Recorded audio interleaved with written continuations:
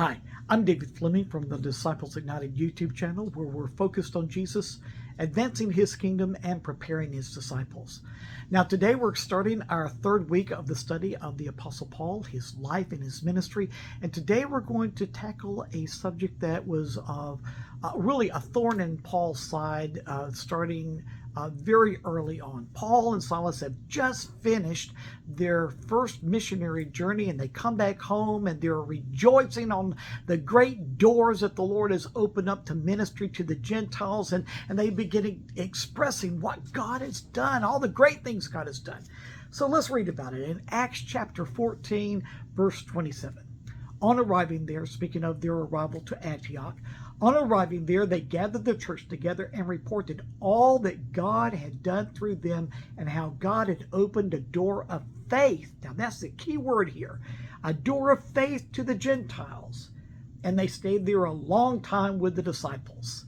So they're rejoicing. I mean, God has opened up a door of ministry to the Gentiles. They're seeing Gentiles get saved, get delivered. It's powerful, their testimony of what God has done in this first missionary journey.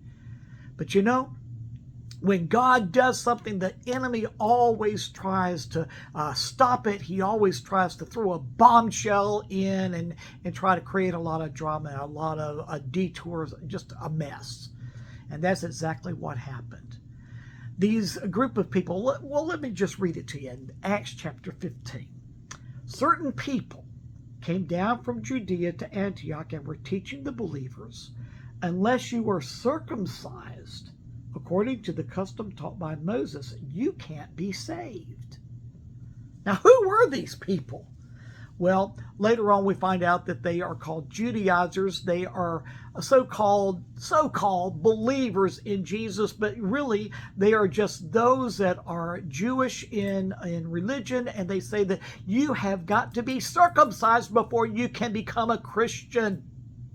Well, Paul dealt with this head on. He wrote to the Galatians later on, and he wrote to them and said this in Galatians chapter 2, verse 4.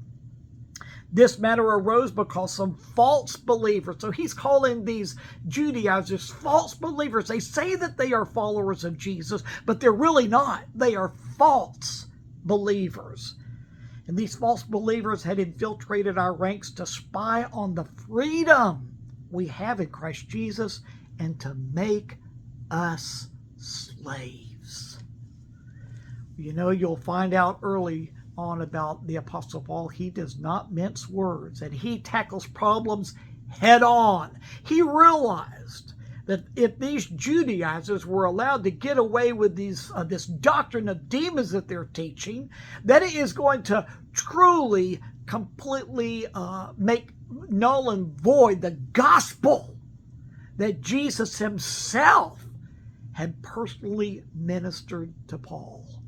So Paul and Silas decided that they were going to go to Jerusalem and that they were going to handle this thing head on with the apostles and find out what the deal is. So they did go down to Jerusalem, and they found out that it was much worse than they had anticipated. Listen to this. They got down there, and upon arriving to Jerusalem, this is what happened. Then some of the believers who belonged to the party of the Pharisees. Now remember, Paul had been a Pharisee, which is the strictest of the strict. Those belonging to the party of the Pharisees stood up and said, the Gentiles must be circumcised and required to keep the law of Moses. What were they saying here? They were saying, if you're going to follow Jesus, you can only do so if you keep the law just like the Jews do. Y'all, this was something that Paul was going to have to deal with throughout his ministry, but he did not budge. Let's learn more about it tomorrow.